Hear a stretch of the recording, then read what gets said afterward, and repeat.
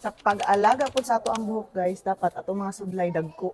Kay para dili makuha ang ato ang hair. Ang uban, wala nagapanudlay while basa. Pwede ra po dingon ana.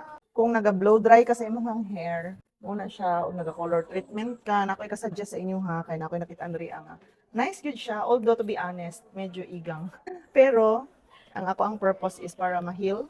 Mag-igang day tuod siya kung i-apply gyud na mo sa imong scalp, which is tanaw akong inabuhat mali siya. So akong gitan-aw dapat dili siya dapit sa dira siya sa mid-length hangtod sa end sa buhok nimo i-apply dili sa scalp. Ang paggamit ani pwede siya before blow dry or after style para finish look. So sa akong old nga buhok ako ipakita dira sa video no. Grabe na gid kay siya kapatay as in walang ka shine, walang ka smooth. Daghan kay ni siya actually og benefits. Ako na lang siyang i-share sa sunod nato nga video, pero sa ako mismo nakatabang gyud siya tungod kay grabe naka-damage gyud ang ako ang hair strands. Og isa sa ako ang nabantayan karon no kay pagbutang ko kay pagsudlay nako dili na daghan ang mga lagas kay dali ra man siya mo smooth.